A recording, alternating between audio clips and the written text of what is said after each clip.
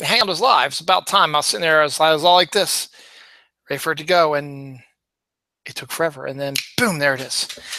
Hello, and welcome to a special late afternoon edition of the Comic Call. I was going to do it yesterday, but there's some stuff going on right now. My wife is taking my son, or took my son camping this morning. They're going to be gone through Monday.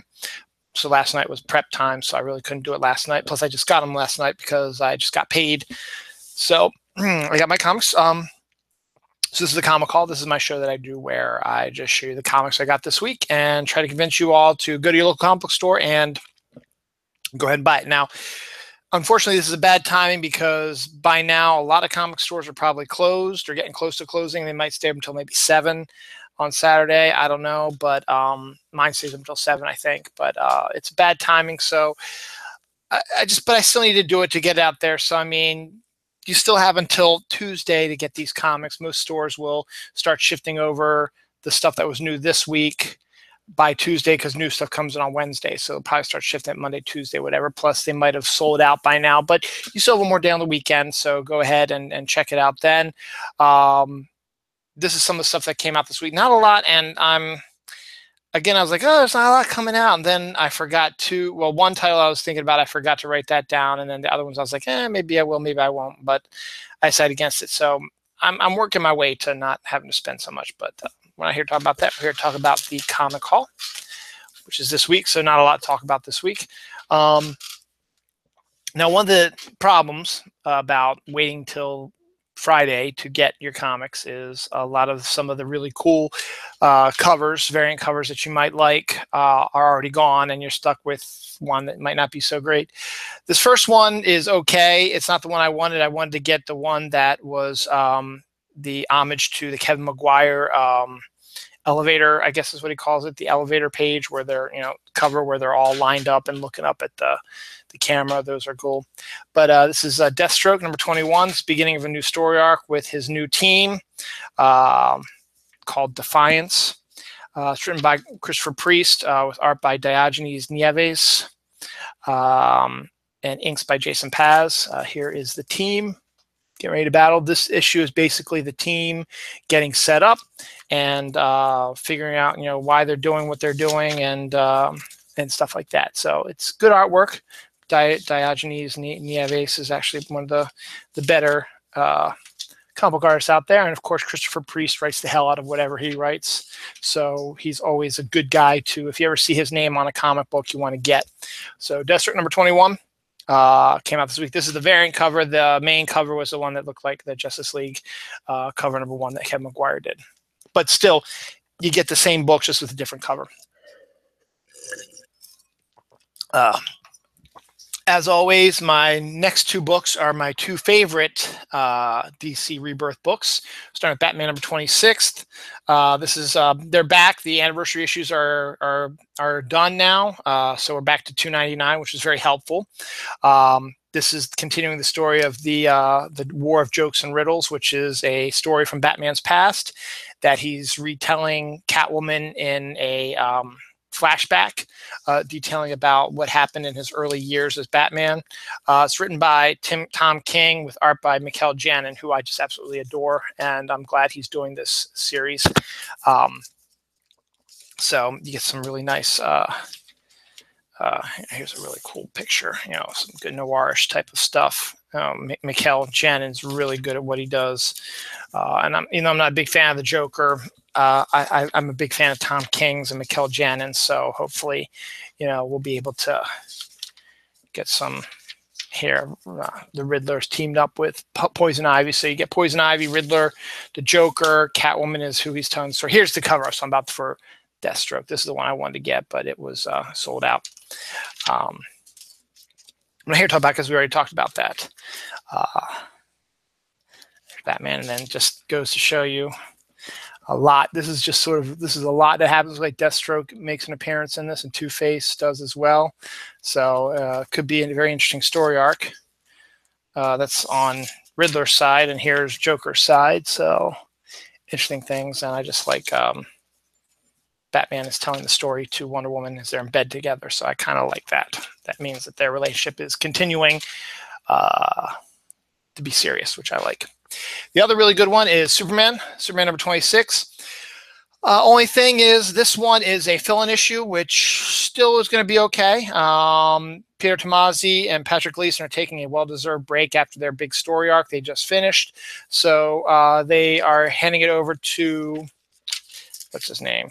Michael Morrissey, with art by Scott Godlewski. So it's also a way to get some new talent in there and see what they can do, and maybe get them some books down the line, some coverage. Basically, it's going to be Superman teaching Jonathan while also reminiscing about his own past as Superboy and how his powers were growing. So it's basically just a flashback episode, basically, that's contrasting what Jonathan Kent, Clark Kent's father, was teaching him when he was Superboy, contrasting it with what Superman is telling Jonathan as a young boy. So it's good. So it looks good. It's only one shot. Peter Tomasi and Patrick Gleason are back next issue, I believe. I don't think this was a two-parter. I think it was just a one-shot. Yeah, time for a super vacation. So it may or may not be. Maybe they're going to take a couple of the issues off and then come back, or hopefully they're not done with the series. So I haven't heard otherwise, so I think they're just taking a break for this issue, which is always good. I named this issue the Chosen One because there are a couple Frank Cho stuff. First of all, this is the variant cover, which I kind of like for Harley Quinn, because Cho knows how to draw his women, and he knows how to draw dogs also. And it's Harley Quinn and Poison Ivy dancing.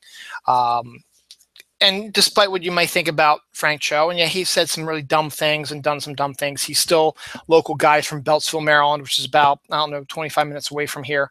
So he's a local guy, but he's just drawing the cover to this. This is still Jimmy Palmiotti and Amanda Connor's book, which is still amazing, and John Tim's the artist. And again, because Paul Dini is the creator of Harley Quinn and Jimmy Palmiotti respects that, they still are continuing the backup Harley Quinn story in this comic, which is written by Paul Dini and Jimmy Palmiotti with art by Brett Blevins and J-Bone. So we're getting a little bit of a... So here's the backup. It's Joker Loves Harley. So it kind of looks a little bit like the Batman animated series. So I got this. This is a variant cover because Frank Cho knows how to draw his women, and they're hot. He also knows how to draw dogs. But I like this Poison Ivy, and I like this Harley Quinn. I like this cover, so that's why I bought it. Next up, we have Green Lanterns number 26. This is sort of a fill-in issue, also kind of after the events of issue 25. Drawn by Sam Humphries with art by Ronan Cliquet. But it's a fill-in issue, but it's an issue that needs to be told, continuing a story from the first Lantern and his relationship with the Guardians, since he was the first Lantern, and how they reacted to him. Sam Humphries is doing a really good job with the Green Lanterns series, and I still enjoy it as well. I need to get caught up a little bit. I haven't read it as much as I have Spider-Man or Superman and Batman, but it's still a very good series. And even though it is a fill-in issue, it is an important issue which fills in some gaps. So issue number 26 is out. Again, the anniversary issues are done. It's $2.99 again. So what do you got to lose? That's it for DC. For those who don't know, there was a little movie that came out this week called SpiderMan Homecoming. I still haven't seen it yet. I was going to see it Thursday night when it first came out, but I had an exhausting day at work. Then Friday, I was with my kids, so I couldn't go see it then. I was like, okay, I'll go Friday night. I was just too exhausted. I had to help my wife get her stuff ready for camp. And then it's daddy-daughter weekend, and Noelle doesn't want to go see Spider-Man, which is fine. So I'll figure out some other time to see it. I don't know when, but I want to see it soon. But because there is a little Spider-Man Homecoming movie coming out this week, they had to release a Spider-Man book. And to be honest, this is the only one that came out this week. It's Spider-Man Master Plan #1. It's the beginning of a new miniseries written by Robbie Thompson with art by Nathan Stockman. It also has a reprint of the first appearance of the Vulture. Gee, I wonder why. Because because the Vulture's in the SpiderMan Homecoming, if you didn't know that. So his first appearance ever, written by Stan Lee with art by Steve Ditko. I'll show you some of that too. But this one deals with Spider-Man taking on the Plotter, I think. I forget his name. He's an old character from an old character who used to plague Spider-Man when he was younger. So this is just like an updated version of him. I forget what his name is, but I think it's, or maybe it's just a one-shot. I don't know. Maybe it's just one shot. I think it might just be a one-shot. Regardless, it's the Spider-Man book that came out this week is this one. So if you want to go to, after you see Spider-Man Homecoming, if you want to go to your comic book store to pick up a Spider-Man book, there's this one as well. And here's the classic issue number 2 reprints here. Spider-Man versus the Vulture. Stan Lee, Steve Ditko. And on that topic, our condolences to Stan Lee on the death of his wife, Joan. They were married for 76 years, I think. She died at the age of 93, so let's see, 93, 70 years ago, make her 23, 22, 21, 29, 18, 17. 17 years old. It was a different time. Maybe I'll have to redo that. I'll have more information. I'll be discussing it tonight on Dylan Knows, which is again at 9:30. So, but this is classic Steve Ditko, Stan Lee, and this is the first appearance of the Vulture. So, why not have it in this book? So if you go see Spider-Man Homecoming this weekend, go to a comic book store, pick up Spider-Man Master Plan. I think it's just one shot now. I think it's only one shot because it did have the end at the end of it. And then it also reprints the first appearance of the Vulture, who's the bad guy in this, played by Michael Keaton.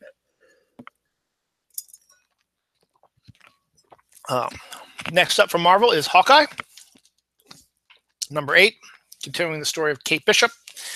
Kelly Thompson, Leonardo Romero is the artist, and this book continues to be very good.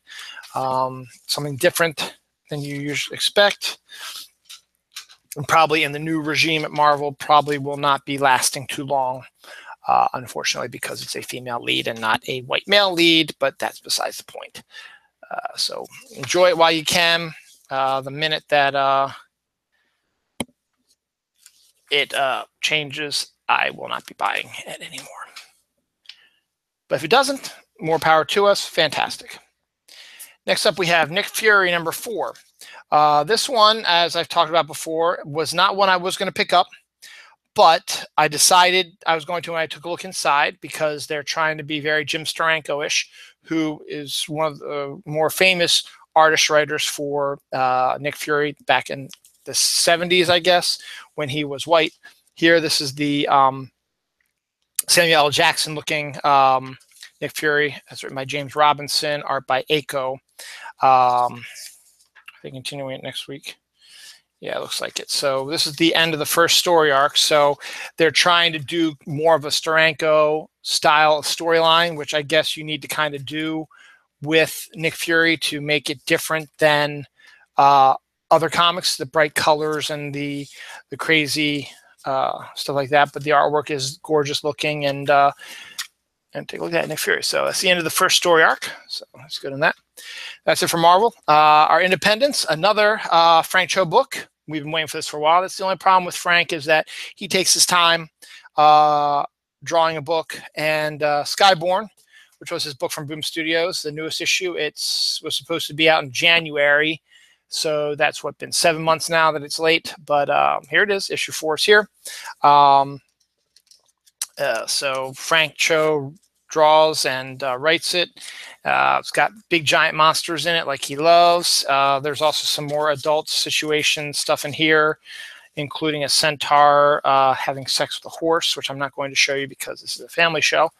But giant cyclopses and dragons, and there's exploding heads with blood and guts and stuff like that.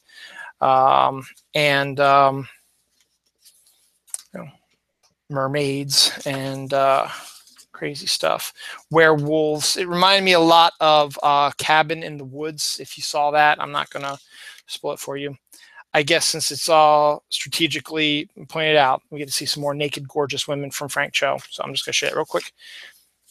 Yeah, you won't show blood and guts, but you show a half-naked woman or a fully naked woman. But you didn't see anything. It was all fuzzed out.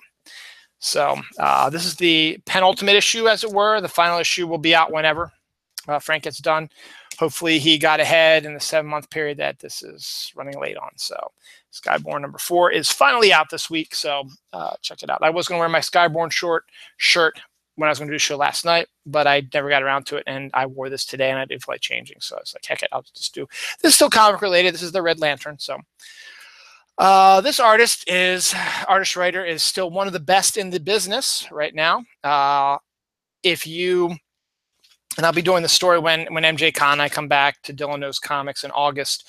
I will be bringing this up again in the second half of the year.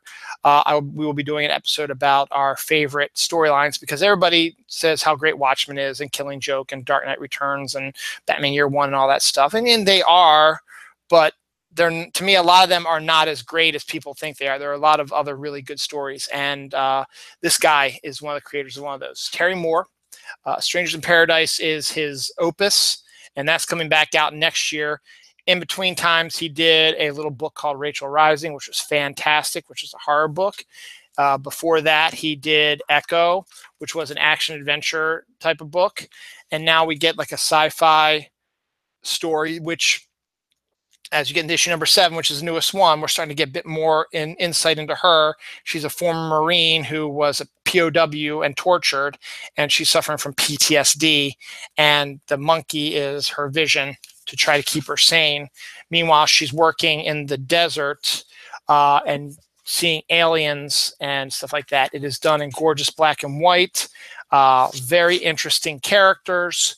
I have to put it real close because it is black and white. Very interesting characters. And a very great story going on. This will probably be lasting until next year. And then it'll probably end sometime next year in time for Terry to release new issues of Strangers in Paradise, which I'm really looking forward to. But Strangers in Paradise is absolutely one of the absolute best stories you've ever read. And Motor Girl actually is really good also. Terry Moore can't do any wrong. Rachel Rising was fantastic. Solo was fantastic. Or Echo, rather, was fantastic. So you can't go wrong with Terry Moore. Issue 7 of Motor Girl is out this week. This is one book that I overlooked, but it's written by Cullen Bunn, and I'd heard about it, and I wanted to do it, but I just didn't remember. It came out this week. Cullen Bunn writes Unholy Grail number 1. Aftershock has got some really good stuff. They do Insects, they do Black Eyed Kids, Pestilence, Rough Riders, Animosity, and they've got a whole bunch of really good series out there now with some really good creative teams. This one, just looking through it real quick, looks like an Arthurian take. There's Merlin and Holy Grails and stuff like that. So it's going to be like an Arthurian legend that's a little bit different than I guess you're used to, but nice artwork by Mirko Kolak. And of course, Cullen Bunn is Cullen Bunn. He's a fantastic writer, so you can't go wrong with that. So can't wait to read that. This is the first issue. As I said, it's a little violent, so it's not for kids. Ooh, Fujitsu. Oh, Dark Arc. Ooh. Here's some new books come out from Aftershock. Dark Arc, which looks like an arc where demons and stuff were on, and then Fujitsu. Wow. So Aftershock is one of those comic companies you want to keep an eye on. Unholy Grail, if you don't believe me, check out Unholy Grail number 1. It's out now. Pestilence, which is one that I've been reading also, is basically what if the plague that we know about from the Dark Ages was actually a zombie outbreak.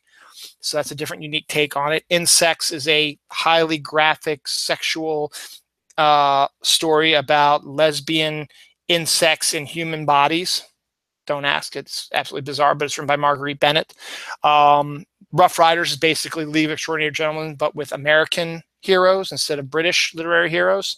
And Animosity is a world where animals have become not conscious, but have become verbal and can speak now and have taken over the world and the survivors. Sort of like that show Zoo that's out there now, but they actually talk in Animosity.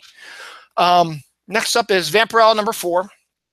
I wasn't going to buy this one, but since I had some extra money to burn, I figured why not, because Paul Cornell, who's the writer, is doing a really good job. For the longest time, Vampirella is one of those. Let's see if I think there's a picture of what Vampirella's costume used to look like. I think she appears in this. Yeah, because she's in hell. There it is. This is what Vampirella used to look like. Very sexy, very revealing outfits. And Paul Cornell, who is a writer, who was a writer on Doctor Who, the new series, and has written some Doctor Who books for Titan, and has done some other really good books as well, decided it was given up to him to revamp Vampirella, and he's doing a really good job with it. Jimmy Broxton is doing the artwork on it, and it's a very religious-esque, what you expect from Paul Cornell. You're not going to get your typical Vampirella softcore sort of stuff. This one talks about heaven and hell and angels and demons and stuff like that. And you know, and she has a normal, you know, kind of a regular costume now. And so, you know, Dynamite is always a good series to look at. Because, and I just saw this, if you're a fan of John Wick, they got a John Wick comic coming out very soon, September. So got a little bit of ways to go, written by Greg Pak, which is even better. But for now, pick a Vampirella. They've been doing a really good job, Dynamite has, with revamping their characters. They did, Red Sonja. They've done a new version of Red Sonja, which I really enjoyed, putting Red Sonja in the present day, which is a really interesting idea. And they're doing the same with Sheena, written by Marguerite Bennett. So I might have to pick this up also when it comes out very soon, September also. And what they've been doing is they release a 0 issue for 25 cents. 25 cents, which is to get you into, and it's part of the regular series, to get you into the comic. So you buy the book for 25 cents. You read it. It's a full book. It's not a short book. It's an actual full-length book, and it gets you into the series. So when issue 1 comes out, you pay the full price because you say, I want to know what the story's going on. They're going to do that with Sheena. And then I was just looking around and I said they got a John Wick one coming out.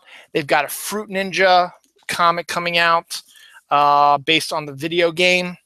Including a Jetpack Joyride bonus story, which my son loves Jetpack Joyride. They also do, I think they do James Bond. Also, they do Kong Skull Island. No, that's Boom. I'm sorry, that's Boom Studio. But Dynamite's another good, good company to look into. But Vampirella #4 is out this week. Not your typical Vampirella. You know, as I showed you the picture of the Vampirella, it's not the soft core porn Vampirella. It is the new religious Paul Cornell written Vampirella, which is a lot more sophisticated. Another comic company that's doing fantastic is Archie. The only problem is their books are a lot more spotty than I'd like. Sabrina #7 is case in point. I can't remember when issue 6 came out. I think it was like 6 months ago. But what's interesting is this version of Sabrina is not like the Melissa Joan Hart TV show, which is the original Sabrina is based on. Sabrina is part of the Archie comics, is a friend with Archie and Jughead and all that. But Archie's been undergoing a renaissance over the last few years where they've updated their characters. In Riverdale, the TV show's out now. They have Afterlife with Archie, which is Archie and the Zombie Apocalypse, which is a bit more of a serious story. The Sabrina is more of a horror comic. It's also more for grown-ups because it is rated teen plus for violent and mature content, including nudity is in this as well. This issue is written by Roberto Aguirre-Sacasa, who is basically like the new head of Archie. And he's also writing the Afterlife with Archie book, and it's artwork by Robert Hack. And basically, it's telling the origin of Sabrina, how her parents got together, and how she was conceived, and how she was born, and how they became, you know, this. It's more of a demonic, grown-up, adult Sabrina story. And as I said, there's nudity in it and sex. I'm looking at the sex scene right now. It's very quick, but it's there. Then we get the birth of Sabrina. And so this is a darker take on Sabrina, more of the look of horror films. And they've added a new little wrinkle to it, where we find out that Sabrina, I think, has a brother. So look at that. So it's The Chilling Adventures of Sabrina, number 7. It's probably a good. Oh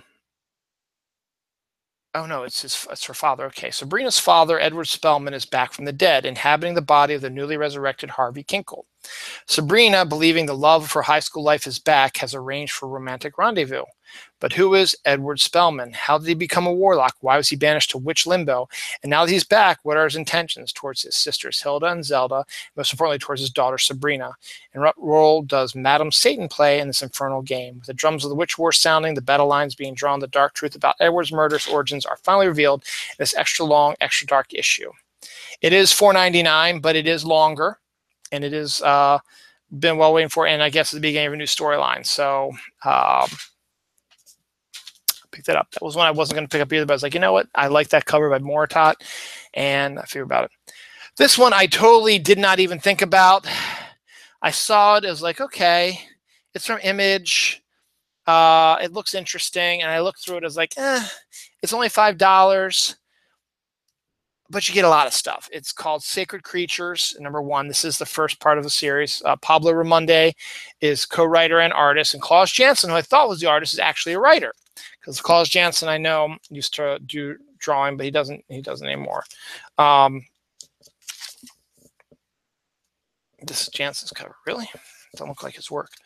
But Pablo Ramonde. So it's basically, I guess, a take on supernatural beings in the business world. But so it is a little gory, it is a little violent, but I like the artwork. And it's really thick. For $5, you get a lot, probably about 48 pages, and very little commercials, or advertising, I should say. It's, growing up, there's, sex and nudity and a lot of violence. It is Image Comics, and you get a very unique storyline, stuff like that. Will I continue with it? I don't know, but I like the artwork, and for $5, it's literally looks like it's like 48 pages with no ads. It's all comic stuff. I mean, looking through this, there is no ads.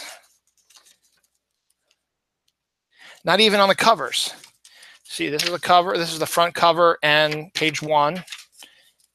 And this is the end afterwards.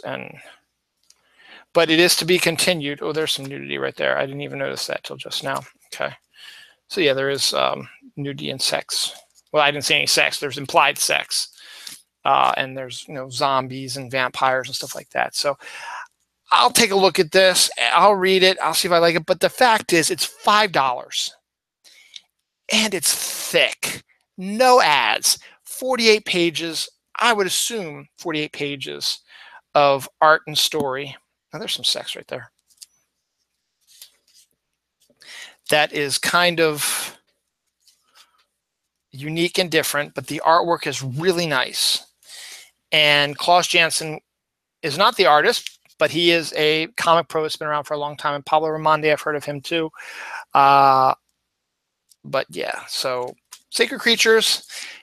What do you got to lose? If you have some extra money to burn, it's the first issue. It's $5, but it's no ads. And this is the book. I mean, every single page in this comic has artwork on it. So that's it for the comic haul this week. Again, the reason why I do this is I want you all to sorry, it's like squirrel. Get off. There we go. I want you to go to comic book stores. I want you to go to comic book stores. I want you to go and I want you to buy comics. I want you to read comics. I want you to go in and explore the comic book stores, because it's not just superheroes anymore. Yeah, superheroes are hot with all the movies being very well done and popular, stuff like that. But there's a lot of stuff I just showed you. There's a lot of horror stuff in there as well.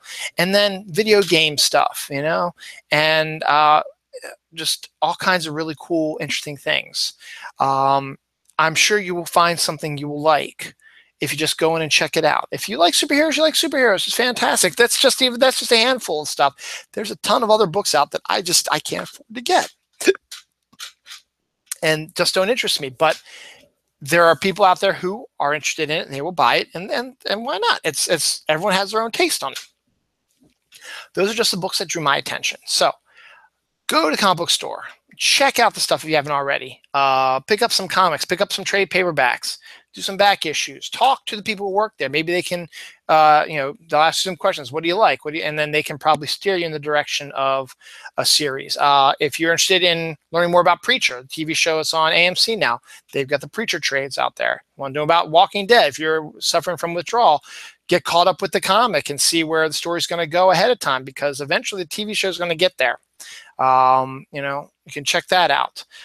As I said, a lot of comics are licensed stuff. There's Star Wars books, there's Star Trek books, there's Z Nation books, there's Sabrina, Archie, Riverdale books, everything you need to see there.